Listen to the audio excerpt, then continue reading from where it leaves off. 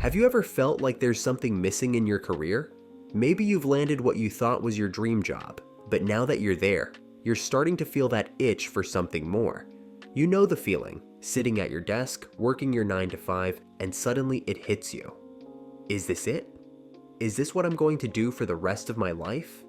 It's not that your job is bad, but there's this lingering thought that you have more to offer, more to create, and more to contribute to the world. That was me just a few years ago. I was doing fine in my 9 to 5 job, making a decent paycheck and enjoying the stability. But I couldn't shake the feeling that there was something bigger out there for me. I craved more freedom, more creativity, and more control over my life and career. The problem is, jumping straight into full-time entrepreneurship can feel terrifying, especially if you have financial responsibilities, a family to support, or just aren't ready to take that leap without a plan. But what if I told you that there's a way to start your own business without quitting your day job? That's right. You can dip your toes into entrepreneurship, test new ideas, and even create an additional income stream, all while keeping the safety of your full-time gig. In this video, I'm going to break down the exact 3-step framework I used to start my side business, which eventually turned into a 7-figure full-time career.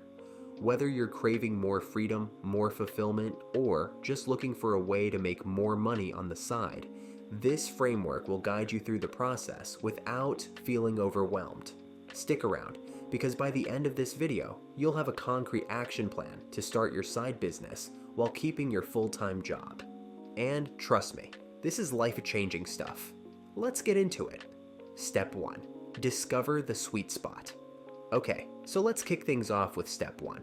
Discovering your sweet spot. You can think of this as the intersection between your passion, your skills, and what the market actually wants. Why is this important?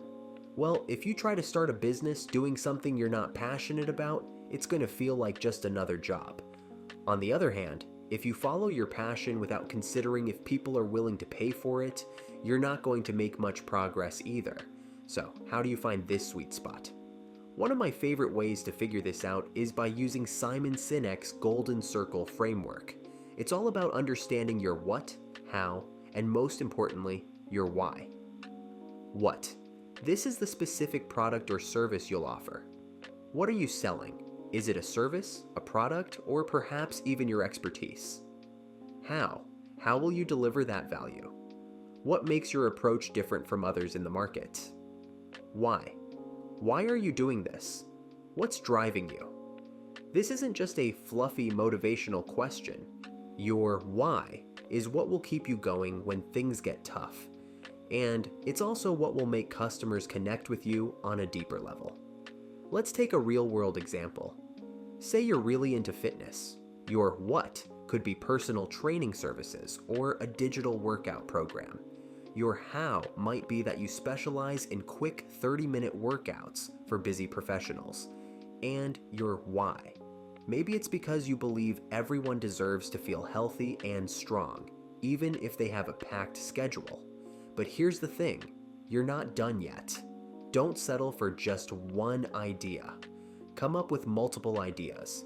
I want you to create a list of at least 3 to 5 potential side businesses. Why? Because the first one might not work out as planned, and that's okay. Having options allows you to test different things without putting all your eggs in one basket. The beauty of starting a side hustle is that you can afford to experiment and fail, all while still having a steady paycheck from your full-time job. Step 2. Validate the idea by offering service. So, you've got a few business ideas in mind. Now it's time for step 2, validating those ideas. The goal here is to test the waters and see if there's actual demand for your product or service. And guess what? You don't need to invest tons of money to do this. In fact, the best way to start is by offering your services for free. Why free? Well, think of it as market research. If people are willing to engage with your product or service when it's free, that's a good indicator that they'll pay for it later. On the flip side, if you can't even give it away, it might be a sign that you need to rethink your offering. Here are 3 ways you can approach offering your service. 1. Done for you approach. This is where you offer to do the work for someone. Let's say you're a graphic designer. You could reach out to small business owners or influencers and offer to design logos or branding materials for free. Once they see the quality of your work, they might be willing to pay for more. The beauty of this approach is that it's low cost to start, and you can make money relatively quickly. However, keep in mind that you'll still be trading your time for money. 2. Done with you approach. In this model, you're more of a coach or consultant, guiding people through the process rather than doing the work for them.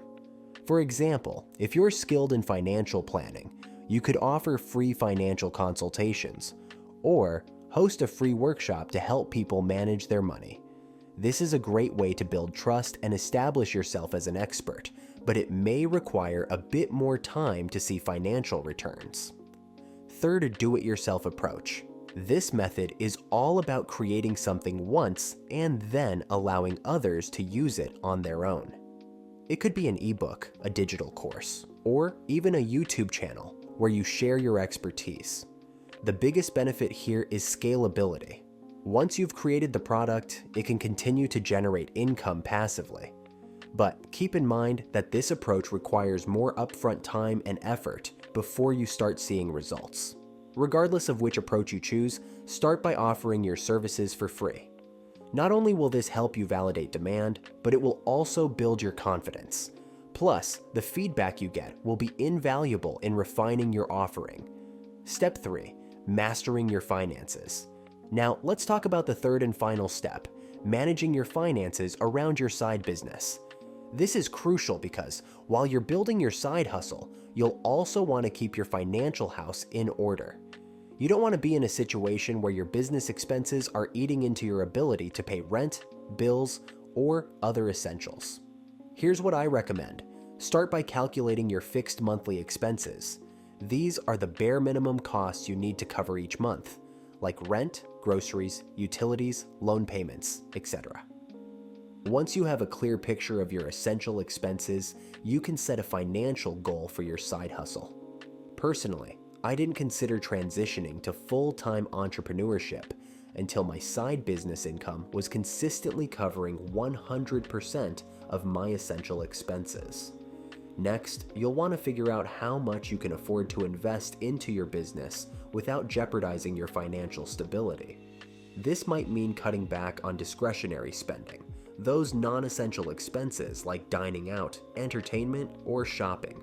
The money you save can be reinvested into growing your side hustle, whether that's through marketing, product development, or other business expenses. I also recommend tracking your spending carefully. If you need help with this, I've got a completely free resource that breaks down your spending into 3 categories: fixed costs, future costs, like savings and investments, and fun costs, your non-essential spending. This template has been used by over 100,000 people, and I've included a link in the description so you can grab it for free. The bottom line is that starting a side business allows you to experiment, make mistakes, and learn without the pressure of making it all work right away. And with the financial backing of your full-time job, you have the luxury to take your time and really grow your business into something sustainable.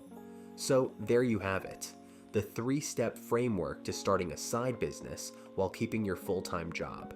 Remember, the goal isn't to rush the process, but to lay a solid foundation for future growth.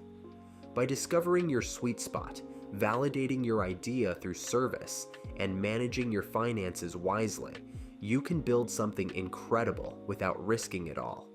I hope this video gave you the clarity and confidence to take that first step towards starting your own side business. If you found this helpful, make sure to hit that subscribe button and turn on notifications so you don't miss any future videos.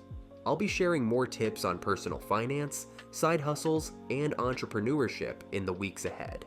Thanks for watching, and I'll see you in the next one.